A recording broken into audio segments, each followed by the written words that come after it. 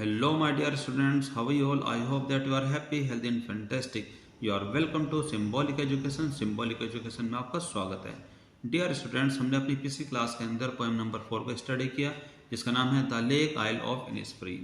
यह पोएम बहुत ही सुंदर है और यह पोएम आपकी क्लास 9th इंग्लिश बिहाइव की बुक में से ली गई है. तो आज के इस क्लास के अंदर हम इस पोएम से जुड़े हुए क्वेश्चन सीरीज को स्टार्ट करने वाले हैं और आपसे ये आशा करते हैं कि आप एक एक क्वेश्चन को बड़े ध्यान से सुनेंगे, समझेंगे और अपनी इंग्लिश को और अपनी नॉलेज को इम्प्रूव करने की कोशिश करेंगे. तो आइए स्टार्ट करते हैं और लेते हैं इसका क्वेश्चन नंबर 1.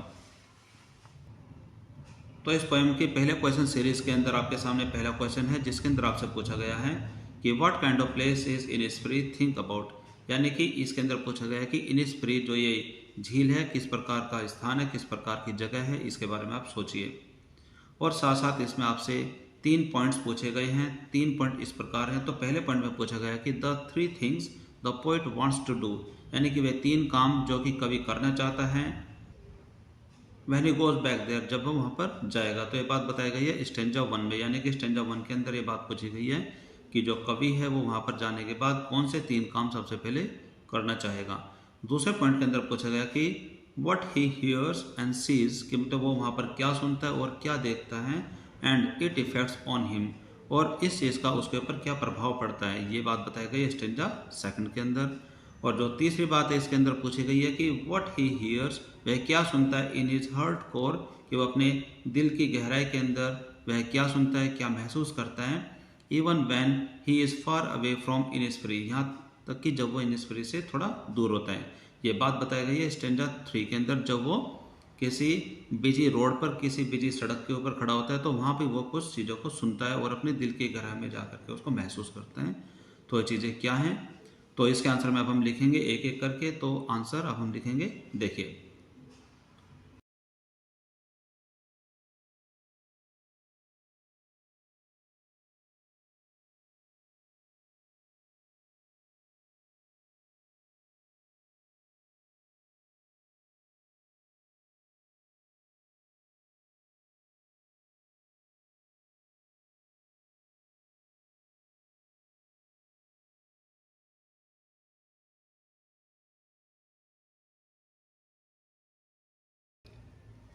तो यहाँ पर पहले क्वेश्चन के पहले पॉइंट के अंदर जो पूछा गया है कि the 3 things the poet wants to do, यानी कि वे 3 काम जो कि कवि वहाँ पर करना चाहता है जब वहाँ पर वापस जाएगा.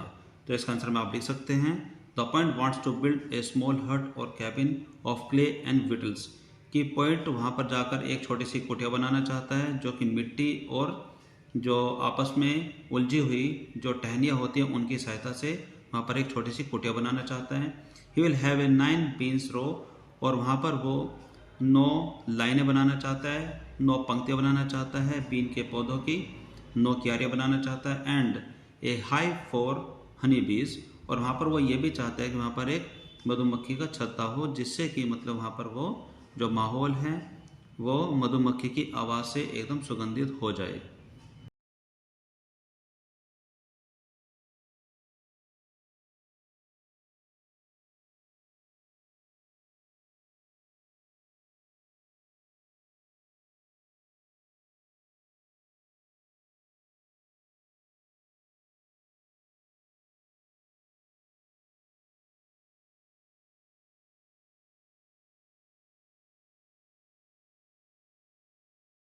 जो यहाँ पर सेकंड पॉइंट है वो स्टेंजा 2 से पूछा गया कि what he hears and sees there and it effects on him, कि वो वहाँ पर क्या फील करता है, क्या सुनता है, क्या देखता है और इसका उस पर क्या प्रभाव पड़ता है.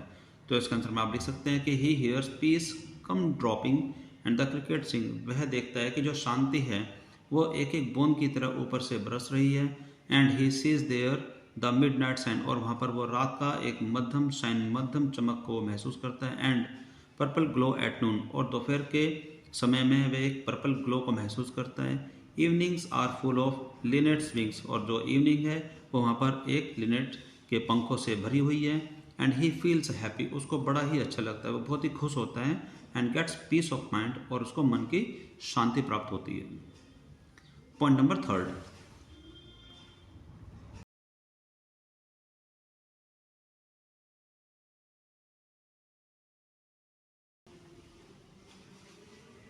तो इसका आंसर में आप लिख सकते हैं कि the poet hears the lake lapping shore with the slow sound, कि वह सुनता है कि जो बहता हुआ जो पानी है वो उस झील के किनारों को टच कर रहा है और वहाँ से बहुत ही मध्यम मध्यम धीमी धीमी जो आवाज़ आती है वो उसके मन को सुकून पहुँचाती है। अब हम लेते हैं इसका क्वेश्चन नंबर सेकंड।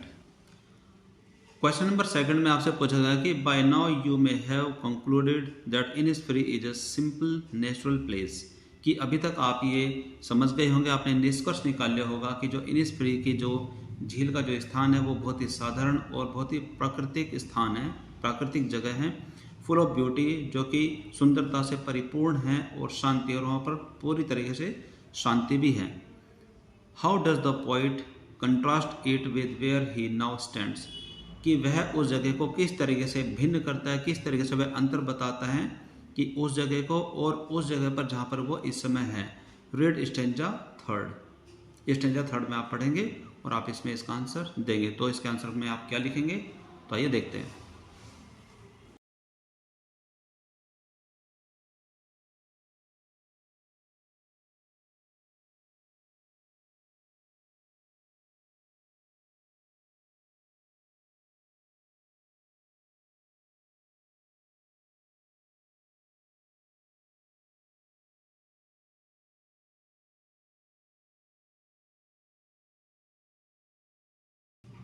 तो यहाँ पर आप क्वेश्चन नंबर सेकंड का आंसर में लिख सकते हैं कि the natural beauty of Innisfree is used and explain in contrast with the road, जो कि बिजी रोड होता है, एंड पेमेंट, कि यहाँ पर जो इनिस्फ्री की जो प्राकृतिक सुंदरता है उसी का ही प्रयोग किया गया है और उसको ही समझाया गया, उसकी ही व्याख्या की गई है उस अंतर को स्पष्ट करने के लिए, जो कि रोड यानी कि जो बिजी रोड होते हैं जो कि सिटी के अंदर होते हैं, और वहाँ की जो फुटपाथ होती हैं जो कि ग्रे कलर की होती हैं, उससे ये कवि ये बताना चाहते हैं कि the pavement symbolise decay and death, कि जो वहाँ की जो फुटपाथ होती है वो बहुत ही एक क्षय का कारण बनती है, वहाँ पर बहुत ही गंदगी होती है, बहुत ही सड़न होती है और ऐसा लगता है कि जैसे कि वो एक मृत्यु का प्रतीक है।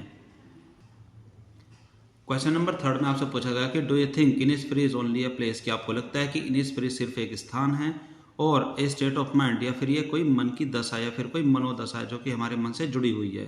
Does the poet actually miss the place of his boyhood days, क्या आपको लगता है कि जो ये कवि है ये वास्तव में अपने बचपन के दिनों का कोई स्थान मिस करते हैं, उनको याद करते हैं?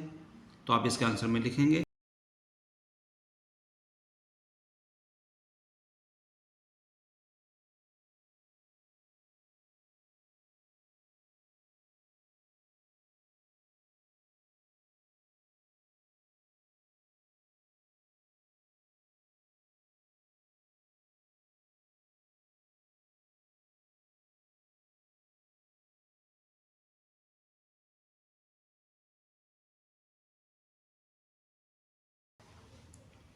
तो क्वेश्चन नंबर थर्ड के आंसर में आप इसमें लिख सकते हैं कि the natural beauty of Innisfree is not the creation of poets fancies, कि जो ये इनिस्फ्री की जो प्राकृतिक सुंदरता है ये कोई कवि का कोई वहम नहीं है, कवि की कोई कल्पना नहीं है, यह एक सच है, ये एक सत्य है। It is real a place, यह एक सचमुच में एक ऐसा स्थान है that gives solace to the frustrated soul, जो कि एक अशांत मन को एक पूर्ण शांति प्रदान करती है। The poet longs to live at such a beautiful place, कि जो कवि है वो ऐसे ही सुंदर जगह पर रहने की इच्छा जताते हैं।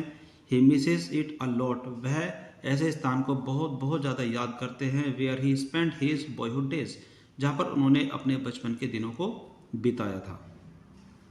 अब हम इसमें लेते हैं क्वेश्चन सीरीज नंबर सेकंड, और इसके पहले क्वेश्चन में आपसे पूछा गया है कि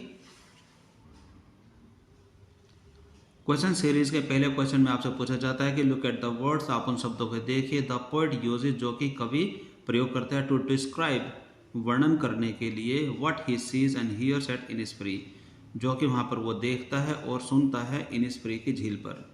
तो वे कौन कौन से ऐसे शब्द हैं जिससे कि आपको पता चल जाता है कि जो कवि है वो इनिस्फ्री पर उन सारी चीज़ों को वर्णित करते हैं जो कि वहाँ पर वो देखते हैं और उनको सुनते हैं। तो पहले पॉइंट में लिखा गया है कि बी लाउड ग्लेड, सेकंड में लिखा गया है कि evening full of the linnet's wings, and the third point is lake water lapping with low sound. और आगे इसमें पूछा गया कि what picture do these words create in your mind, कि जो ये शब्द हैं ये आपके मन में किस प्रकार की तस्वीर बनाते हैं। तो आप इसके आंसर में लिखेंगे।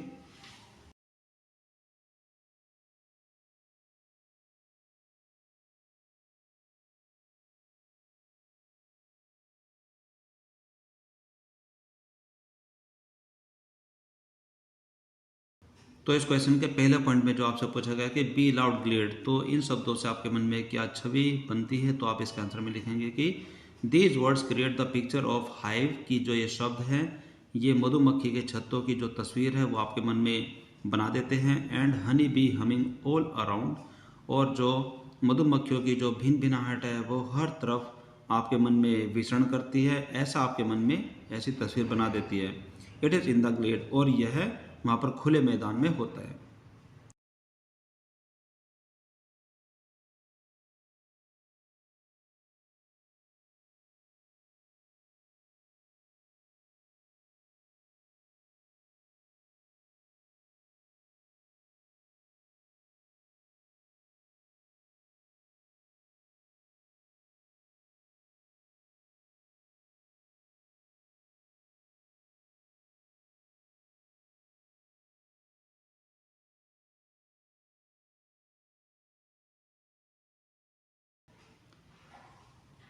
Lynette is a bird with wings, यानी कि जो लिनेट नाम का जो ये पक्षी होता है ये बहुत ही सुंदर पंखों वाला होता है। When it flutters it wings, यानी कि जब ये पंखों को फड़फड़ाता है, लुक्स ब्यूटीफुल, यह बहुत ही सुंदर दिखाई देता है। And when the bird sits on a tree, और जब ये पक्षी किसी पेड़ पर बैठता है, amidst a beautiful natural scene, प्राकृतिक जो सुंदरता है उसके बीचों बीच, its leaves an indelible impression on the mind of the beholder, और यह निहारने वालों के यानी कि जो भी व्यक्ति इनको देखता है उनके मन में एक अमिट छाप छोड़ जाता है जो कि सदा के लिए उनके मन में रहती है।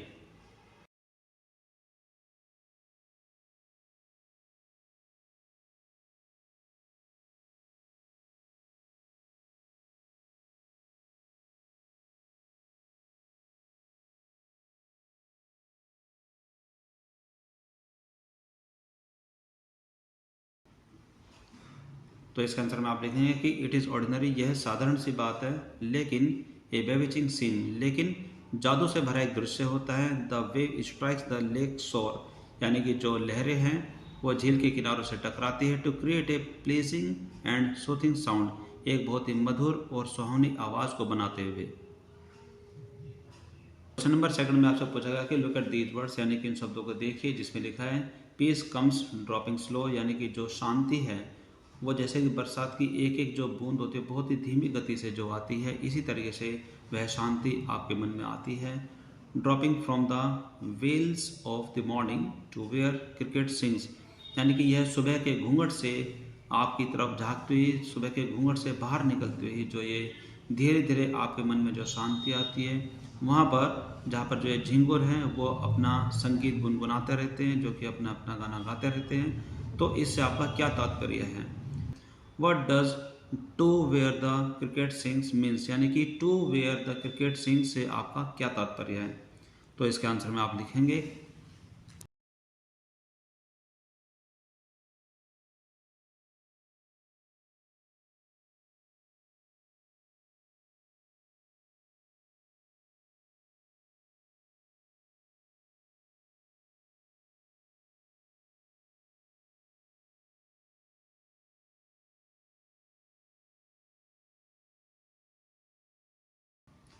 क्वेश्चन नंबर सेकंड का आंसर में आप इसमें लिख सकते हैं कि दीज वर्ड्स मीन्स, यानी कि इन शब्दों का अर्थ है कि that peace surrounds that area at dawn, यानी कि सुबह सवेरे के समय पर जब बिल्कुल ही सुबह सुबह का समय होता है तो वहाँ पर शांति चारों तरफ फैली रहती है।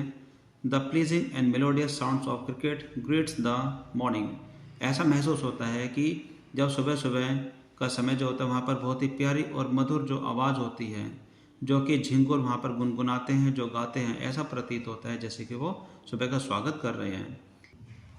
It adds sweetness to the serenity of the place, और झिंगुर की इस मधुर आवाज़ से ऐसा महसूस होता है कि जैसे कि इसने उस जगह की शांति में एक मिठास को शामिल कर दिया हो।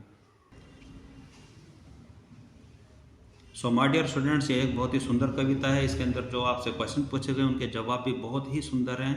आप इन क्वेश्चंस को बार बार पढ़ेंगे और इनसे कुछ सीखने की कोशिश करेंगे और अपनी नॉलेज को बढ़ाने की कोशिश करेंगे। तो आज की क्लास में सिर्फ इतना ही। अब हम मिलेंगे हमारी अगली क्लास में with a new chapter with a new topic. Till then bye bye, take care, have a nice day.